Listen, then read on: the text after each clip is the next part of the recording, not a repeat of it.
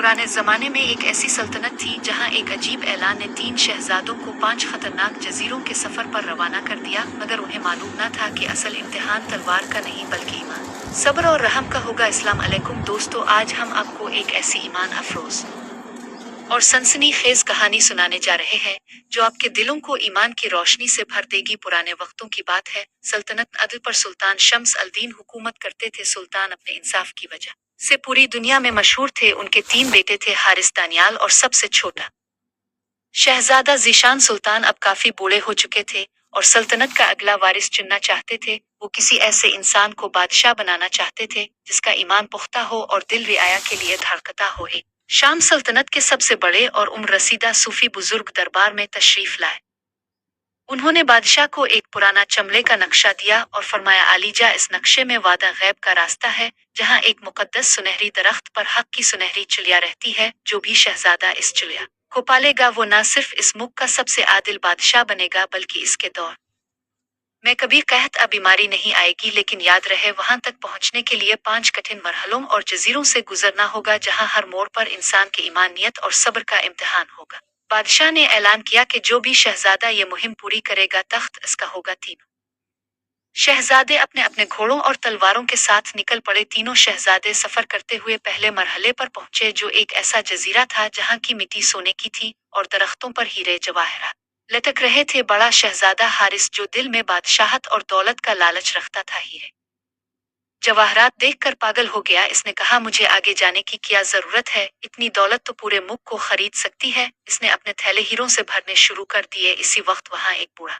कमजोर लकड़हारा नमूदार हुआ, जिसके पांव से खून बह रहा था और वो भूखा था। इसने हारिस से मदद मांगी, लेकिन हारिस ने इसे धुतकार दिया और कहा, हटो यहाँ से, मेरा वक्त बर्बाद मत करो। जैसे ही हारिस ने लकड़हारे को धक्का दिया, वो सारे हीरे पत्थर बन गए और हारिस इस जजीरे में हमेशा के लिए कैद हो गया। वो पहले इम्तिहान में ही फेल हो गया। अब जीशान और दानियाल आगे बढ़े। दूसरा मरहला एक खौफनाक वादी का था, जहां हर तरफ अंधेरा था और अजीब व गरीब साए और आवाजें आ रही थीं। अचानक दानियाल के सामने एक खूबसूरत महल जाहिर हुआ, जहां से लजीज खानों की खुशबू आ रही थी और एक जादुई आवाज ने पुकारा, दानियाल, आगे मौत है, ये रुक जाओ, ये जन्नत तुम्हारी है। दानियाल का सब्र जवाब दे गया। वो जीशान को छोड़कर इस महल की तरफ भागा। जीशान ने इसे रोका, भाई, ये धोखा है, ये शैतान का रास्ता है, हमें अपने मकसद पर कायम रहना चाहिए। लेकिन दानियाल ने बात न मानी। जैसे ही इसने महल का दरवाजा खोला, वो एक गहरे अंधे कुनवे में गिर गया, क्योंकि वो सिहर और खौफ का शिकार हो चुका था। अब सिर्फ छोटा शहजादा जीशान अकेला रह गया। वो अकेला अपने सुनहरे घोड़े पर सवार, दिल में अल्लाह का नाम लिए आगे